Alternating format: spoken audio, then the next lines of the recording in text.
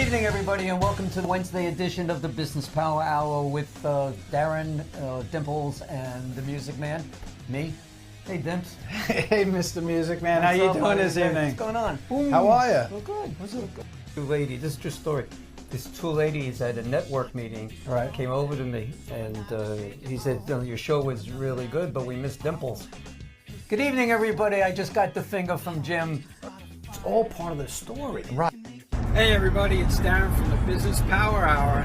I'm not going to be in the studio tonight. I'm traveling.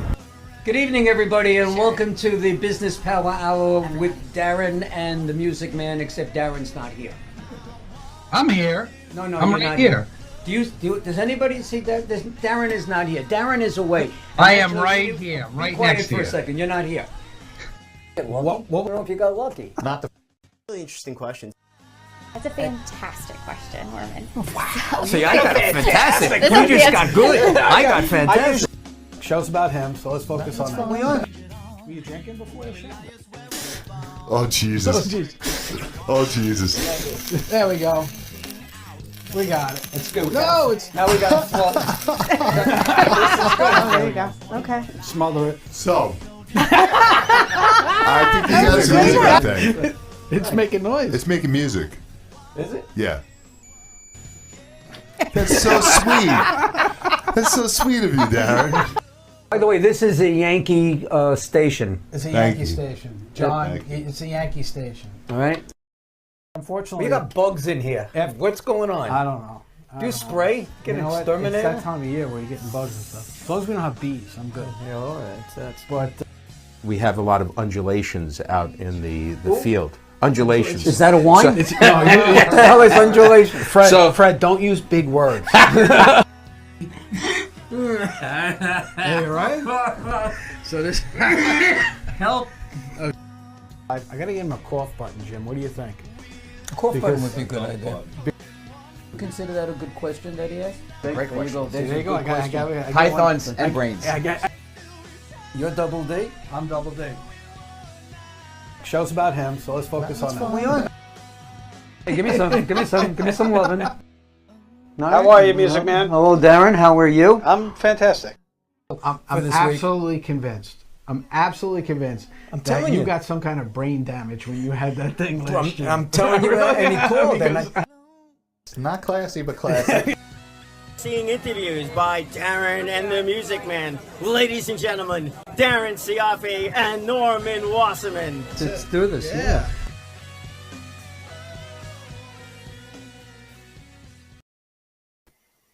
Good evening, everybody, and welcome to this. The Wednesday. What is today? Today's Wednesday. Today's Wednesday. Today is I'm Wednesday. confused Sunday, from we Sunday. did the event for Pulse. So and- yesterday must and have been Take Tuesday. Charge. Yeah, yesterday was Yes, Tuesday. it's good. So welcome good. to the Wednesday night edition of the Business Power Hour with Darren and the Music Man, and we got a really sweet Wait, show It's, tonight. It's St. Patty's Day. Well, can I get to? All right, you Okay, do it. go You ahead. do it. No, You got the No, go. liquid. To, No, I'm just saying. It is St. Patty's Day, and Right. I apologize for not wearing green, but to be honest, I do not own anything that's green, and it happens to be one of my favorite colors, and I still don't have it. Even my logo on Friend Entertainment is lime green. So, what there can you I go. tell you? There you go. So anyway, we're here. I want to. Oh, first of all, you say hello to everybody. Hi, everybody. Welcome that's to the enough. show. There you go. So Sunday, we had the pleasure of helping our friend Eileen Corina do a presentation of her organization, Pulse, and it's called Target, right? Take Charge. Take Charge. Take I'm Charge sorry. Initiative. And she is a patient advocate, and she's nationally known. And we have a mutual friend, Darren and I, that is in the state of Washington. Who's also a very good friend of this show. Definitely so. Been on the show a few times. She has a ailment that she Crohn's, which she has trouble with. She's had for 20 years. She lives in Washington, and they can't help her. No matter where she goes and what she does, she has a really tough time. I got an email message after the show, and we hooked them up with Eileen Corina, and she came through again. Yeah. Thank She you, came Eileen. and- Good job. Great. Brittany, All we're right, happy so for Brittany, you. we're happy for you. We're praying for dedicating you. this show to you for tonight. Yes, tonight's show is dedicated to Eileen. And if you're watching, if by chance you're watching, send us a message or call us at 631-619-7500, and we'll have you talk and say hello to everybody. Right, exactly. So right. we have somebody special here tonight, and this somebody special is somebody that you know. Well, the thing is, so you take it from here. You didn't even comment on my outfit. Oh, tonight. you're going to do that now.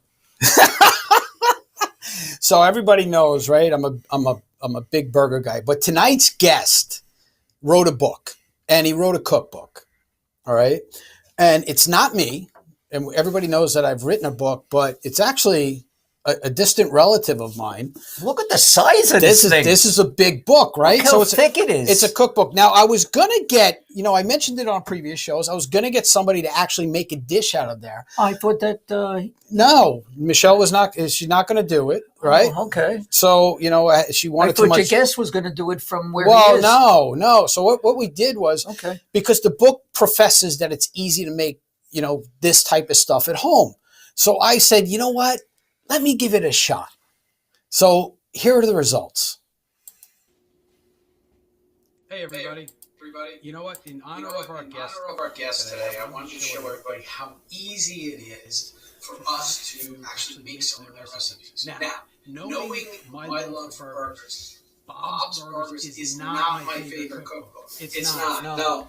My favorite cookbook is the Phoenicia Diner cookbook.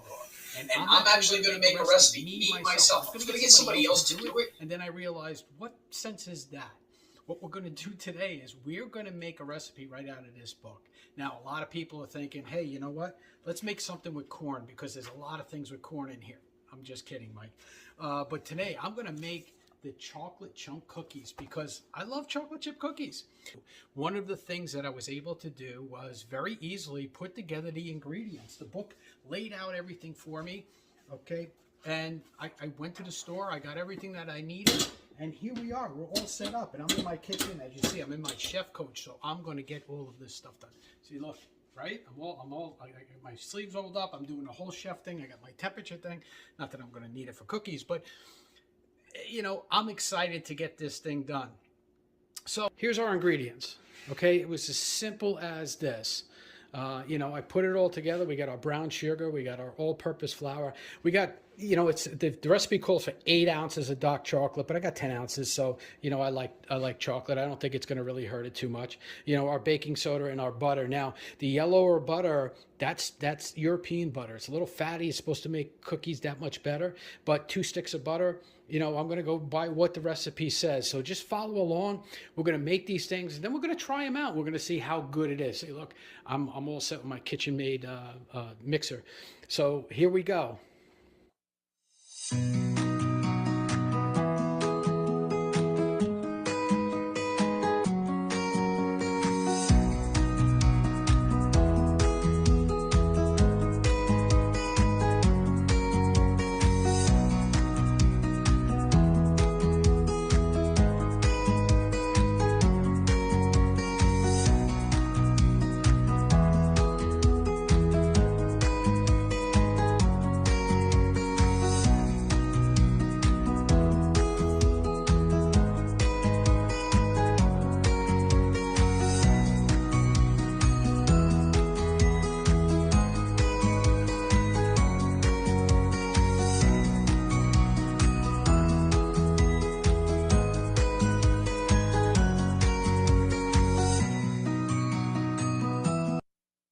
Okay, so why the dough is actually in the fridge cooling, I'm preheating the oven now to 350. I've actually got another baking sheet that I'm going to put in because the baking sheets that I have are probably not going to accommodate the size of these cookies. These are going to be massive cookies. They're going to be awesome.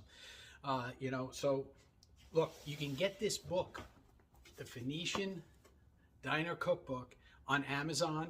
All right, you can get it right off the Phoenician Diner website. Okay, or just contact us and we'll get you in touch with Mike, the author, and we'll get you a book. So, this is a great book. It's got a lot of great recipes in it. And you know what? It was real easy for me, a non-cook, a non-baker, to actually make these cookies. So you're going to see the results in a little while, as to what we did. But you're going to see the results, and the results are phenomenal for somebody who has no real experience in doing this stuff. All right, this is batch number 2. Look at these cookies. They are massive. Look at my hand compared to the cookies. They are massive. So I did it. I made colossal chocolate chip cookies. These things are awesome. So look, if I can do it, anybody can do it. So go out and get the Phoenician Diner cookbook today. You can get it on Amazon. You can get it through the Phoenician Diner website. All right. And I mean, these things are absolutely fantastic. Oh, God. Awesome. Well, good night, everybody. Thank you for tuning in. The show is So what over. do you think? Should I start my own cooking channel? I mean, I thought that was. Why don't you really here's the show thing, them right? live? So here's the result. I'm going to give you one too. Here's the cookies, right? Tell me, are they good? Yeah, They're really good, right? but I had one already. I know you had one on Sunday On right Sunday. after I cooked them, so these were good. Look at the size. Look at the size of this thing compared to my head. Yeah, really, it's awesome. Darren is also selling these things. He's going to wrap them. They're $3.99 a cookie. $3.99. Minimum of 10. So let's welcome. Now, he spells his last name the same as mine, but he doesn't say it the same. So let's welcome Mike Ciaffi on the show. Hey, Mike, how you doing tonight? Hey, Mike, welcome to the show. Hey guys. I want to thank you for thank you for having me. Oh man, it was so easy. You're welcome. And before this, I really could only boil water, and that was about it. You guys look alike. You got I the was same gonna. breath. Well, that's my first question. Do we have any? We shared DNA, obviously, somehow. Although I think we've established that there's we're on different branches of the same tree, clearly. Right, exactly. Right? And just make it easy for everybody. Mike's great grandfather was the brother of my grandfather. So there you go. So we're distant cousins. Distant, very distant. Exactly. We didn't even know each other till about 10 years ago. That is correct. Correct. Maybe a little bit more than that. Mike, tell everybody, where is your diner located? Are you local? Are you here in the island? Where are you? No, we're in Phoenicia, New York. Darren, Where? Phoenicia. Where the hell is that? Exactly. It's in the Catskills, like literally in the heart of the Catskills, just on a main artery that goes through, basically cuts right down the middle of the Catskills. So we like to think of ourselves as kind of a portal, the beginning of your adventure through the Catskills. Well, So you're on the Italian side of the Catskills. That's correct. That is correct. In the middle. We are not the Borscht Belt. I forget the name. There's a. No, you're It's Phoenicia. like I know. I think it's the Italian Riviera. Yeah, that's it. I think how it was referred to. Are you close to Villa Roma? I am actually. I can't stop eating these cookies. Well, So, by Mike- the way, if you do sell them, I know Norm had suggested it. We get a 10% vig on that. Oh, absolutely. No, you don't. So, Mike, I have to apologize to you because during the whole video, I was saying Phoenician. I was adding an N to the name. Right. And we all know, just by me holding the book up it's like our last names, right? I say Ciaffi, you say Ciaffi. Exactly. It's still spelled the same way. It's still all right? spelled the same. Exactly. Mike, how long have you been in the diner restaurant business? So not long compared to most folks. I got here. We bought the diner about 10 years ago. About 9 years ago, and opened it up about 8 years ago. So not very long. I came from a different business before this. Now, Mike. I know this, and I don't mean to cut you off, Mike. Sure. But Mike actually came from a branch of show business. Right. Oh, really? Right. So That's right. his company before that, used to make the sets for Broadway plays and Nice. and TV That's shows, correct. things like that. Exactly. So I did that for about 25 years. Got a nice college degree in that. I started a company right out of college, and it still exists. I sold it about 10 years ago, and was looking to kind of change up and explore, I guess a second career at some point, and kind of came at this literally out of nowhere, with a lot of warnings from friends in this business that, it's not for the faint of heart. It's a lot of work, which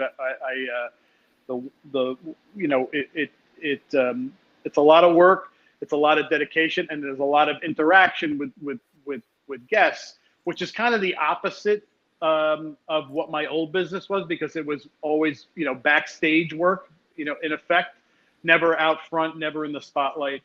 And Now so you're this the is a star really of the big. show. Well, I mean, I wouldn't say that so much, but I am front facing. So I had to rethink and relearn how to be that person that was in the quote unquote, I guess, in the spotlight. And as with, most of the servers here and everybody who deals with the guests are representative of the diner. So they all. Who taught you how to cook? I don't. Basically, but I like to say it this way: like I'm a good home cook, and I enjoy home cooking. But at this scale, I could never in a million years contemplate doing it. There's people that do this here much better than I ever could, and I have such a fragile ego that I couldn't possibly withstand anyone ever sending something back here. It would crush me. It would crush my ego. So I kind of stay away from the cooking part, and try to be out front and try to, and be literally the face of the diner. So I want have a good crew. I want to talk about the location a little bit. Right? So, a few years ago, my Aunt Angie passed away, right? And she was up in Cooperstown, so we had to go to Cooperstown. So me and we piled in the car and we went upstate, and we said, you know what? I'm going to get off at exit 19, take 28 across to Cooperstown and go to back roads and that, and I'm going to stop at the Phoenicia Diner. All right? It was a Saturday. We stopped there. The place is packed, literally packed. Now, they're in the middle of literally nowhere. There's nothing around them. Matter of fact, Mike, I suggest you rent your property so they can put a cell tower up. There's absolutely no cell service there at all. So I go in, I ask if Mike's around. They go, oh, he just left a little while ago. So now I'm trying to call, and I got no cell service. And I say, I'm related to Mike. I'm Mike's cousin. And they're like, we don't care. So we hung around for a while, and unfortunately we had to leave because of our timing going to the wake. But as I'm walking out, now Mike, I've told you this story. As I'm walking out of the diner, a guy stops me and says, hey, you're Mike, the owner of the diner, aren't you? And starts talking to me like I own the place. I'm like, no, it's not me. Told you guys look similar. I mean, I didn't think we looked that similar, Mike, but it was like, this guy literally started talking to me like I was you, and it was, but I mean, the location of this place, and I got a couple of snapshots. He's got some outdoor dining, right? That, you can see when you're sitting outside, just a beautiful that's the view is incredible. Yeah, it's just an incredible view of the place, and it's set up. And like I said, we only really have a nighttime view of it, but the way it's set up is just perfect for that. Traveling through the Catskills gives you that feeling of, this is cool. This is a diner, and people coming from Long Island and New York City, when they see it, they go, "That's a real diner." And your diner has history on Long Island, right? Yeah, I've been. I knew the diner has been here since the early '80s. So I've only owned it, in its later life. But prior to that, it was built in 1962 and was in Long Island, somewhere around Roosevelt Field. from the early 60s to the early 80s. And then it was in some sort of weird controversy. I'm not sure I have the whole story correct yet, but it was on a corner where they wanted to expand. So by eminent domain, they shut the diner down. It comes apart, which is a feature of a lot of diners, especially from that era. And so it was sold and moved up to this site in the early 80s. So it's got a lot of history, and I there's so many things about this place that I'm connected to. But one is it was built in '62.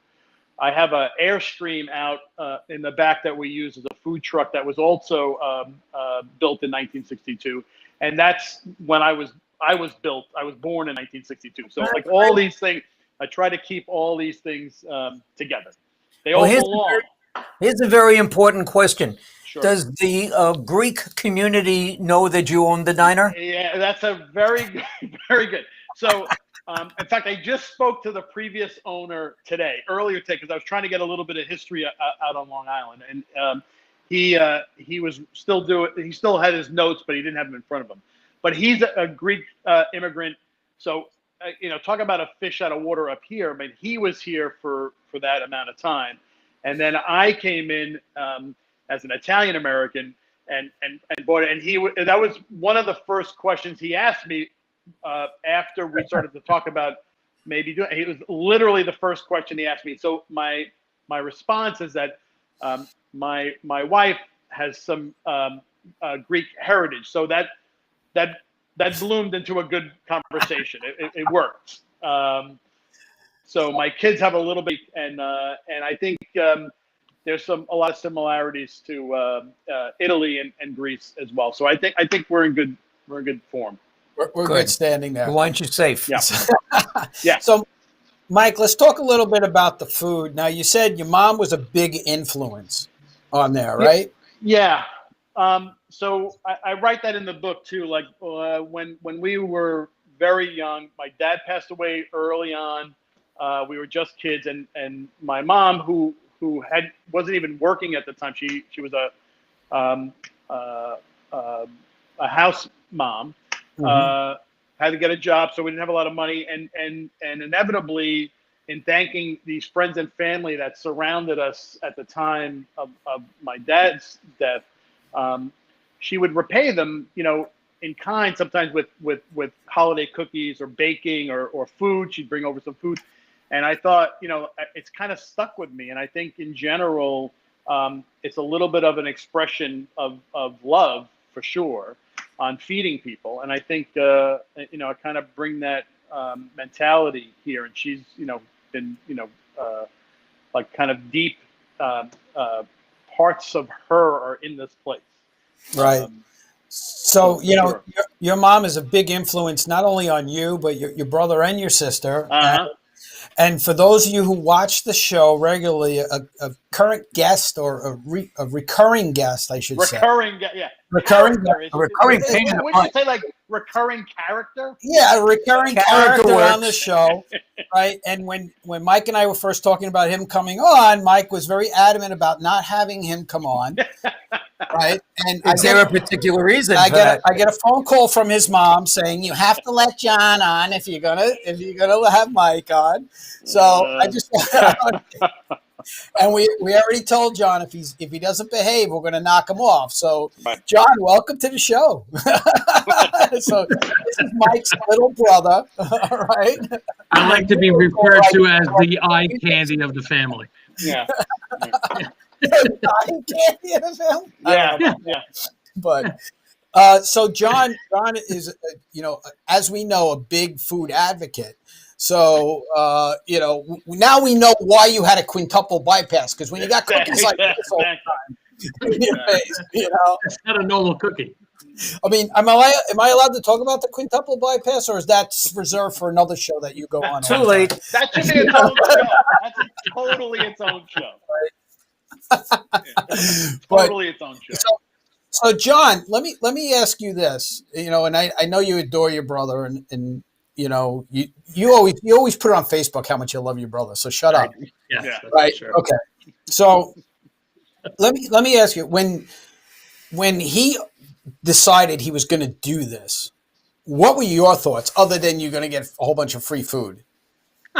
It's a hell of a hike to get some free food. I gotta tell I you. don't think I've ever asked them this question. I'm curious actually. Well, I think he knew that we all the the main part of the family thought you were absolutely nuts. Right. That we were shocked because he really didn't have the only experience he had really cooking on that level was he worked at a pizzeria during high school. Mm-hmm. So I'm like, he can't even boil an egg. What's he gonna do? Like if the chef doesn't show up or something, he can't just jump in. But I gotta tell you, my brother has always come through. He always made something out of nothing, and I think after a while, like he'll do it. He'll do it. I mean, he's got the financial backing from his wife, but I guess that's a no, family he, His wife. unfortunately, he had to step in as the dad very early in life, and we love him for that. And I'm glad that he made something out of nothing. He really did. And you had your doubts when he first did this because you and I had this. Oh yeah, I mean, Mike, him and I had this conversation when you first went through all of it.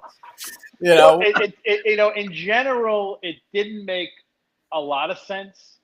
But I will say, like, you were showing those photos before, and one of the things that struck me about this place was the first thing about it was that its location. And I knew, like, the couple of things that I always come away with from eating out as a civilian at the time was the location and the certainly the food, and also the level of service. And I think the two things I knew we coming out of the box would be good would be those two things: the level of service and the location. And the food, I knew I think part of a blessing is the fact that I knew I wasn't going to cook, so I knew I had to bring in somebody who knew what they were doing. Because if I had the hubris of somebody else who was like, oh, I can figure that part out, I don't think it would, that's not a successful track for me. Like you got to know what you don't know. And that was absolutely one of the things I did not know. No. Mike, question for you. Yeah. You grew up in New Jersey. No, I grew up in Brooklyn. You grew up in Brooklyn, even worse. Yeah. Even You're living in Oshkosh, wherever. How did you get acclimated to the area? How long did it take for it to, did you stay there for a month or so beforehand? That's a really good question. You were living?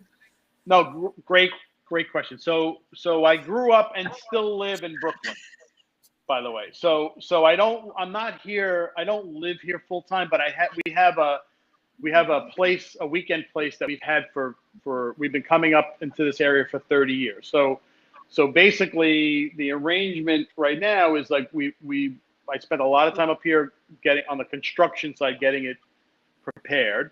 And then the first year or two I was here, basically on in effect on a daily basis from opening to close.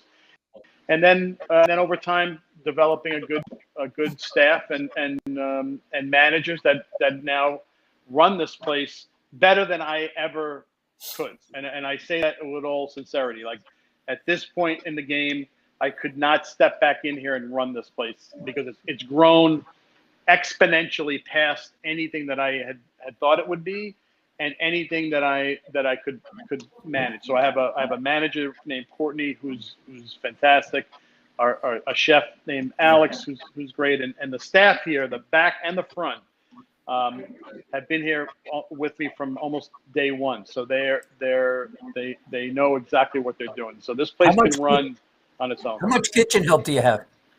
There's on a busy weekend, there's probably about 15 people in the between the. It's crazy because the things that you don't realize when you're a novice to this is that one is you don't realize how difficult eggs are, and that's a primary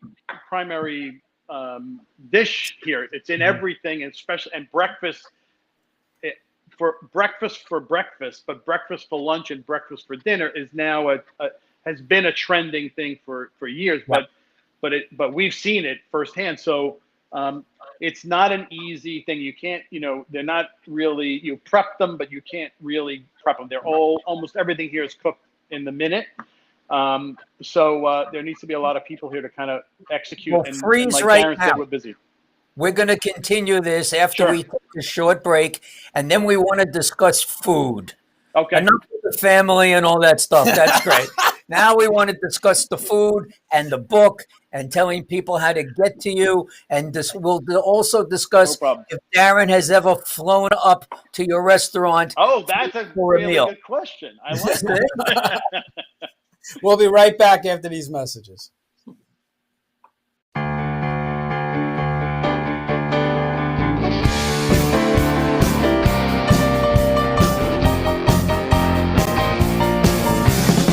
Got a call from an old friend, used to be real close.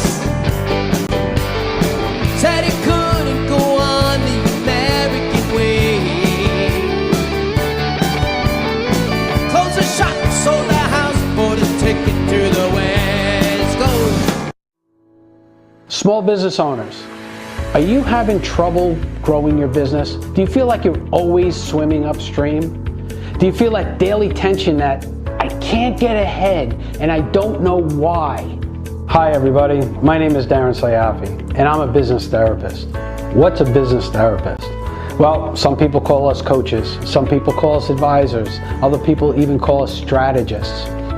We take a vested interest in you and your personal development as a person and as a business owner to give you the tools and structure that you need to take it to that next level. So don't wait. Give me a call today for your free consultation and let me show you how you can help yourself.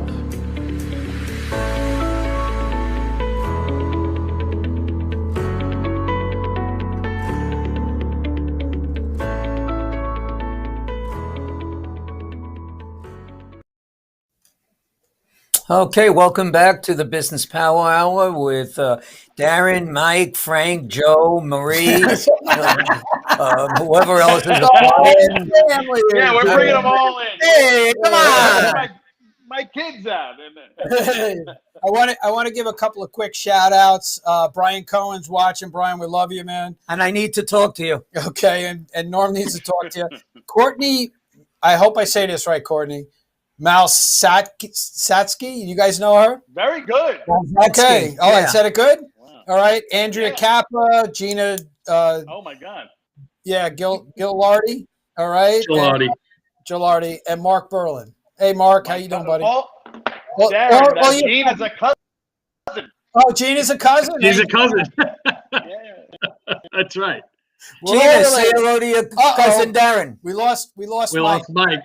We're gonna have to fill in for Mike there. He dropped off. He must have, he got so excited Gina was on that, he fell off. I think he fell off his stool. He's gone. He's out A of little very short. Maybe fill off a little can. No, we'll play that video again, watching me make these things. I can't stop eating these things, man. There he is.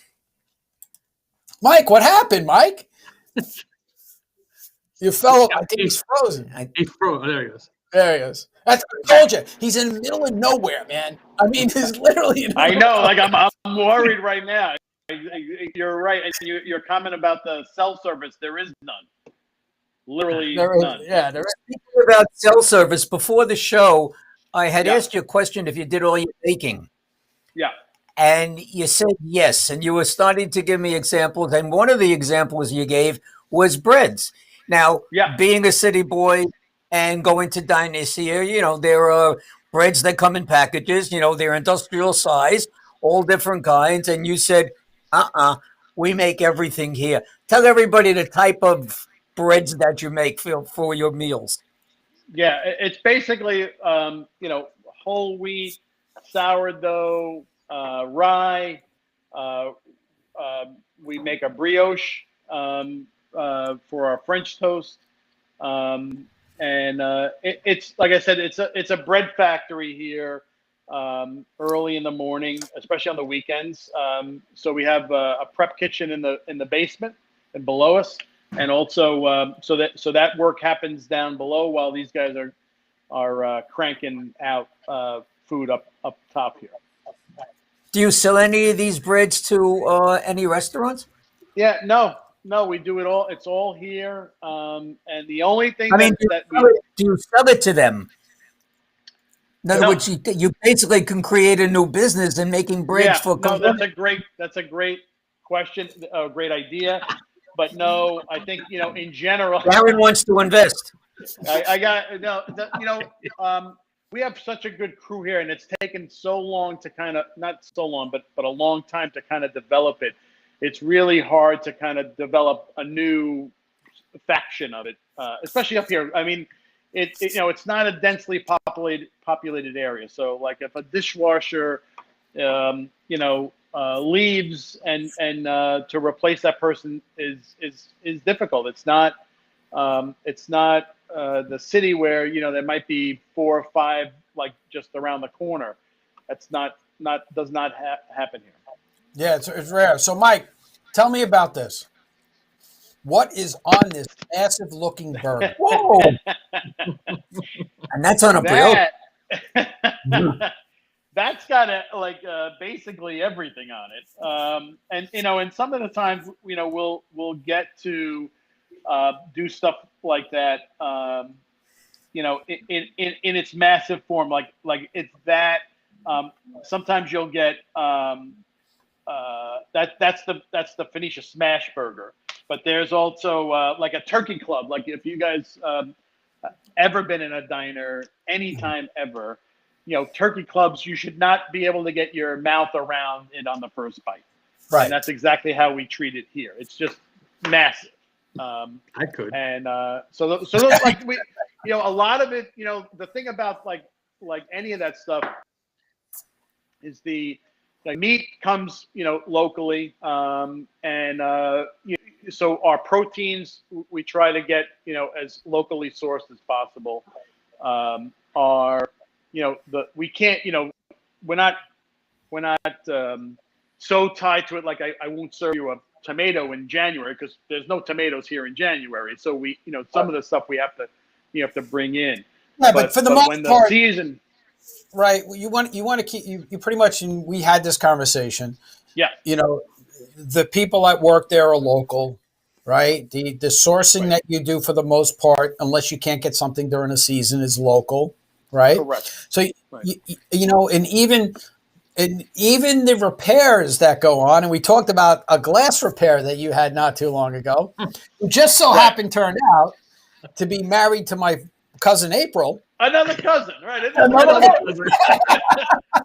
You can't get rid of us, Norm. We're all a giant tree with a lot of branches on it. We're like cockroaches. Did Darren's brother do your electrical work? Probably. Somewhere in Long Island, I bet he touched this place. Exactly. But see, I can't stop eating the cookie. I know. I could tell. So Matt, you talked about making the breads and everything like that. Yeah. And these, and let's talk about the book and let's talk about some of these things.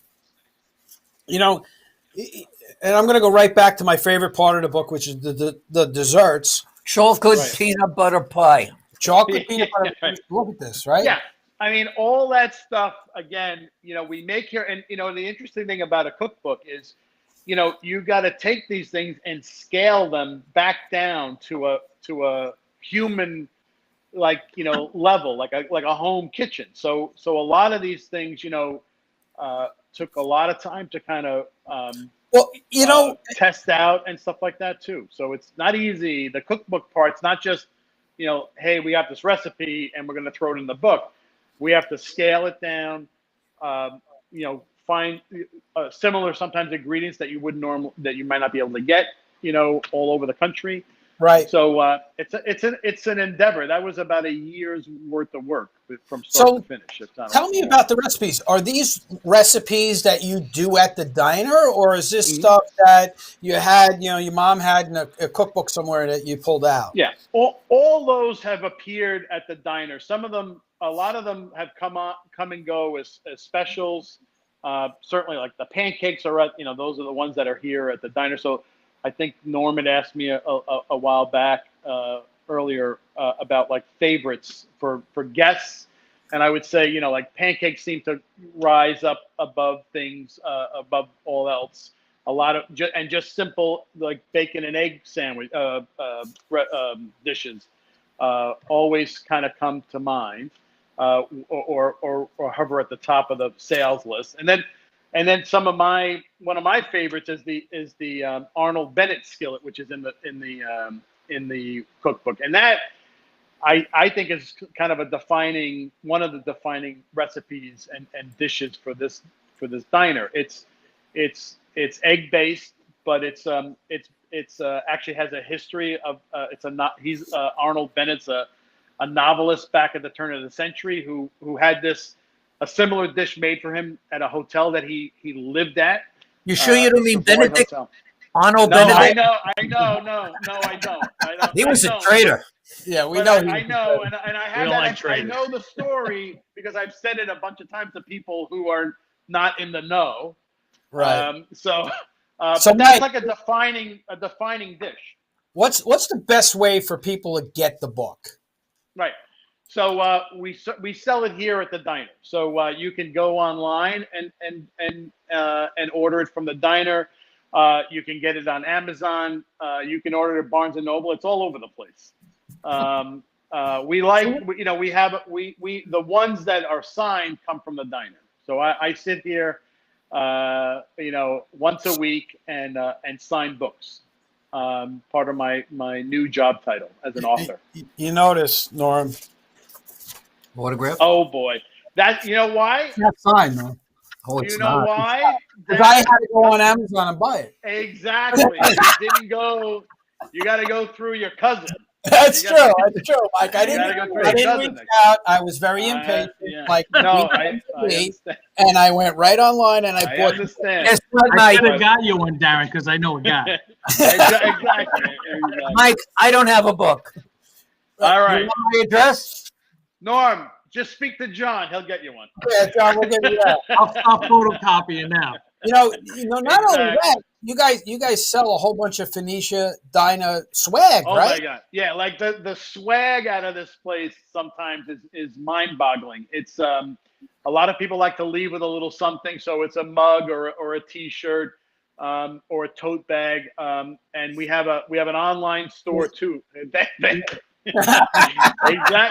But it's those things that you and I think Darren, and Norm, one of the things that because I'm not stuck in the kitchen all day every day, these I'm out here kind of developing the next thing. So like I had time to think about what a T-shirt would look like and how to sell it online and all those things that if you're in the moment and you're in the kitchen, like a lot of other people that are kind of doing that, you're not thinking about growth down the line. And I think from my old business, I learned that pretty early on that if I was in the shop building something, I wasn't on the phone trying to get the next job or dealing with an accounting issue or trying to find a loan. So I kind of brought a lot of that experience, the old experience, to the diner. So it's a different business for sure, but it's not necessarily run in a different way. Like I always equate the kitchen to a manufacturing process. Things need to be next to each other in certain ways to knock seconds off of timing, which grows into hours and days over the course of a year. So that's a big right, and that's very important for every business owner. Anybody watching this, exactly. You run a business, it's all about efficiencies. And systems, making them, and that's a big part of. That's why I have a job, because people are so bad at it. Again, let me throw it out there. The phone number to call us if you want to talk to Mike or John from Hazlitt, 631-619-7500, 631-619-7500. And Mike, a question for you. Breakfast, lunch, and dinner. What is the premier, best-known breakfast you serve, lunch you serve, and dinner that you serve? What's the most popular dishes in each category? All right. That's a good. I knew you told me you were going to throw this out. I'm like monster. Breakfast, for the most part, is some sort of egg omelet, combination. I would say lunch, that turkey club, almost always. And then dinner, you kind of move into the platter. So we always have like a blue plate special that kind of comes out. That's special for the day that sells pretty well. And then we do like a trout, which is a grown, farmed here locally. We can't pull it out of the river across the street because that's not health department standards. But so there's a pan fried trout. Or so you say. That's in the early morning. That's where you can find me fly fishing out there for dinner. It's interesting. A lot of the dishes that tend to rise up are ones classic diner dishes that we've just upped the ingredients to a level where they just taste, I hope, better than you would be able to do it at home. That's basic. That's our hope. And with ingredients that are just fresh. I can tell you from my experience with making the cookies, you really dumbed it down enough, and I literally say dumbed it down because I'm the one doing it, where it made it easy for me to do it. It really did. The instructions are very simple. And the book has an array. It goes breakfast, lunch, and dinner, and dessert, and even has beverages in here. It's all good stuff. And it's Darren. One thing I wanted to point out. Guy what he likes. What was that? What was that, John? I said I'm surprised you didn't ask the fat guy what he likes at the diner. Well, we know you like pretty much anything. No, anything with fat in it. One thing about that cookbook, which was important to us or me, was you'll see little interludes along the way about the area and some of the history of the area because we want to promote that in general. What's the big dessert at the diner? Usually those cookies. They Got usually it. fly. Oh yeah, so the cookies are the big dessert. They usually fly, and then we'll have every once in a while we'll put a cream pie, like a Boston cream pie or a meringue, and those things go like gangbusters. There's a diner that I go to that I'm very fussy on French toast, big time fussy. It's got to be made a certain way. I want real eggs. I don't want the solution that they dump it in, whatever. Right. But they make raisin bread French toast. So there's another little hint for you. Tell your chef to stick some raisins in a bread and use that for raisin bread French toast. Special of the day. Okay, I'll do. Thank you for the advice. The music man special of the day. I'm trying to think of what I like in music that I can suggest too. Let me.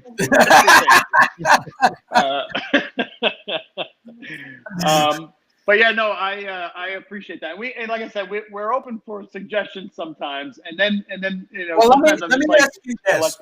Let me ask you this, Mike. We know that your brother is a food connoisseur, right? He loves all the fast foods. Okay. That's just a fact, right? But John, have you ever given your brother a suggestion that he actually listened to?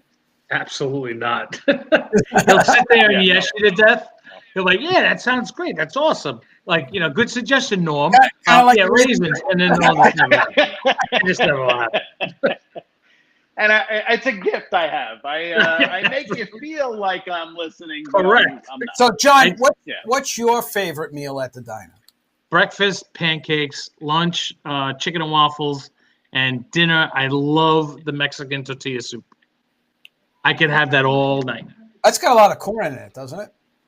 Yeah, if you put corn in it. Yeah, it depends. Mike, you know why I said that, Mike. I'm teasing. One other thing on the before I forget, on the dessert side, the granddaddy of them all is a bourbon milkshake. Oh, that's good too. I have to tell you, it is like I don't know. It's like drink. I don't know how to say it right. I don't want to mess it up, but it's almost perfect. It's got the alcohol just enough. It's got it's a vanilla ice cream, and I don't know why it can't be any better than that. You know what? That sounds like a great breakfast drink. Is that in the book? And lunch and dinner. 3 in the morning. Yeah. I think the burger milkshake is in here. Is it? The Phoenicia Diner milkshake. Yeah. Is there? Yes. 6 ounces. Right. They use Ronnie Brook as their bourbon. I want to, and also, and I just, before I forget about the book sale, we also, like, locally support a lot of independent booksellers. So, like, a lot of times if you're looking for the book, it's kind of nice to walk to the corner and get the book rather than a big box seller. So just FYI, just wanted to throw that out there. All right. So you know what? Look, Mike, we know you do a lot of great things for the community. You actually, you do a lot of great things for your little brother. We know that. Right? Keep him out of trouble as much as you can. We know he tends to get himself in a lot of trouble. But, you do the best you can, Mike. That's all I got to say. You do the best you can. I always. It's I'm in it all the time with him, trying to help him out. All right, Mike, just remember, in 10 years, look at Darren. That's what you're going to look like. Oh. What do you mean in 10 years? What are you talking about? Oh, sorry. He's older than I am. Wait a second. That's why I love him. So, guys, listen, if you're heading up the New York State Thruway or down the New York State Thruway and you get to exit 19, get off and head west on New York 28. And it's how far do you think? About a half an hour, Mike, off the Thruway? Oh yeah, absolutely. 28 minutes and 30 seconds. Okay. Mike, what's the big city around you? Kingston. So you would get off at the Kingston exit on the Thruway, which is the Thruway is 87. The Kingston exit is exit 19. And you just head west for 28 minutes and 30 seconds. And you arrive. And the thing is, the location is a great location. It's, you know what? I would equate it to a great location for even a movie set. Well, funny you should say that. We just reopened today, or tomorrow actually, from shooting a movie. There was a movie shot here over the week. Apple TV. And it's helmed or directed by Ben Stiller, called Severance. I don't know any more of the details other than that. That's the name of the movie, and I guess we'll see it in a couple of months. Do we know who any of the stars are? Yeah, Christopher Walken, I believe is. I'm not sure they were in the scene here because COVID protocols, like anybody who wasn't supposed to be here was not. Right. So we had one staff member kind of making sure that nothing got messed up, but it wasn't me. So Christopher Walken's in it. A guy named Adam Scott, who I think was on Parks and Rec, and Patricia Arquette, I believe, is in it. Nice. So it's got some, and there was, it was a pretty major production. So there was a lot of buzz in town about how many film trucks were here and the actors and all that stuff. So it was a pretty big deal. You could literally be sitting on a stool that Patricia Arquette was just sitting on.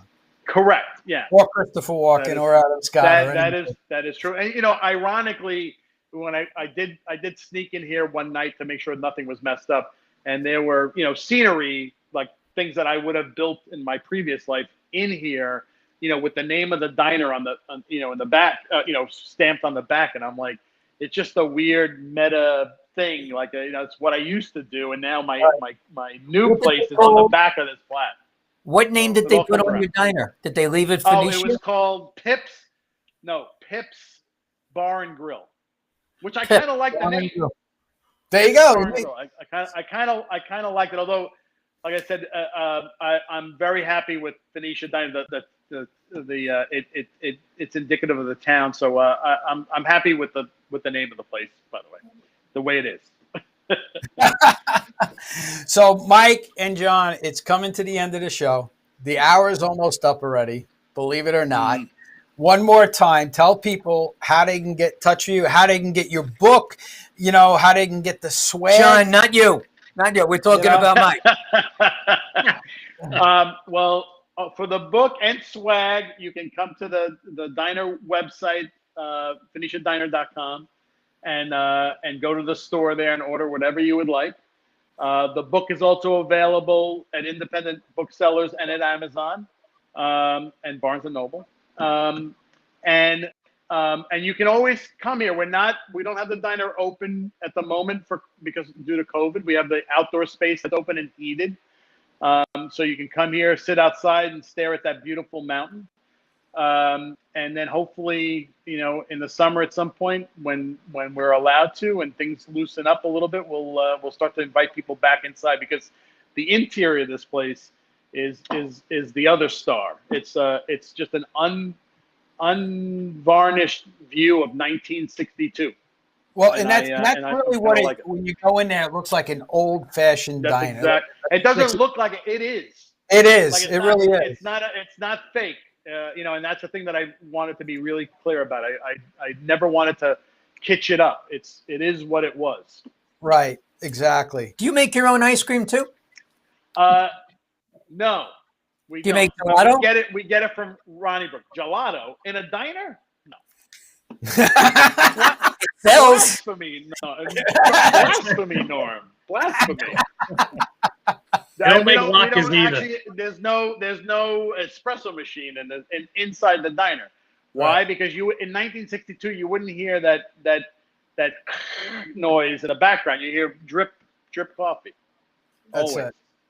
All right. Well, guys, thanks for being on. Hang out in the green room. We'll be with you guys in a couple of minutes. But great job tonight. Again, thank you. Go out and get the Phoenicia Diner cookbook. All right? You can get it on Phoenicia. You can get it on Amazon. Like I said, it's spelled right. So you can get it on Amazon. You can get it right off of their website. And if you're in upstate New York, stop by and say hi to Mike. But he's not there.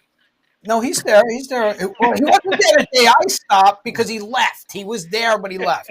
So I didn't get to see him. I should have called him and said, "Hey, I have a camera at the exit. I know who's coming." That's it. That's why he left, because he knew I was coming. He knew you were there. All right, guys. Thanks for being on. We appreciate it. Good night. Thank you. All right. Another great show. Great. Let's talk about your backdrop. You love this, right? Look at this. So. Yeah, so give a plug. We were talking. Yeah, we were talking about how plain it was, right? You and I were talking about how plain it was. It was just to control your business, right? And Samantha, your Samantha, my Samantha, who is an art. She's an artist type. Came to me with this idea for a backdrop, and I said, "Do it." So the last 2.5 days, she spent doing this wall. It's all hand painted. Tell everybody what it means. Then they may not know that it has something to do with what you do. Well, to control your business before it controls you. It goes back to what Mike was talking about, is making sure you have all the right systems in place. Everybody is aware of what those systems are and they're implemented properly. It's a big part of what we do. CBMS. That's CBMS Consulting Services. See, I just have to lead them on, and then thank you, Norm. I appreciate that. There you go. But and it's a wonderful. I mean, this is just mind blowing that she actually hand painted all these lines and all this other stuff, and they're excellent, right? It's like crazy. It's crazy. I'm trying to find the fault with it, and I can't. You can't. And she spent a lot of time. Is it washable? Yeah. It's a great job. Yeah, no, she did a fantastic job. She absolutely did a fantastic job. So, what do you got coming up, Norm? Nothing. What do you mean nothing? You got the Billy Joel concert coming up in a couple of weeks. That's just April 10th. We have so many shows coming up, though. April 10th, we have Billy Joel. Then May 1st, we have Marshall Tucker and ZZ Top for American Legion. The 15th, we're doing a show for Leukemia Woman of the Year. The 22nd, we're doing the Kiwanis International. And I'm out of breath. And there you go. So it's That's all up good. to June. Yeah, So it's hey, fine. just to let everybody know, today is March 17th. The IRS came out today and said, hey, we're pushing the individual deadline for tax returns from April 15th to May 17th. So you got an extra month and 2 days to file your tax return and actually make your tax payments if you do have them. So Did you get a stimulus check? I don't qualify for a stimulus check. So, but no, Today was stimulus check day for everybody. I heard. Did you get yours? I did. Excellent. Excellent. So it's all good. All right, everybody. Thanks for watching. We really appreciate it. We will see you next week. We'll have, I forgot who we have next. Oh, yeah, we have Jerry the Geek. Jerry the Geek I is believe going to be it's on. Jerry the Geek. And All we're right. not being rude. That is really his name. Well, that's his business name. Tune in and find out why. Right. Next Wednesday, 7 p.m. We'll see you guys then. Good night, everybody. Good night, everybody.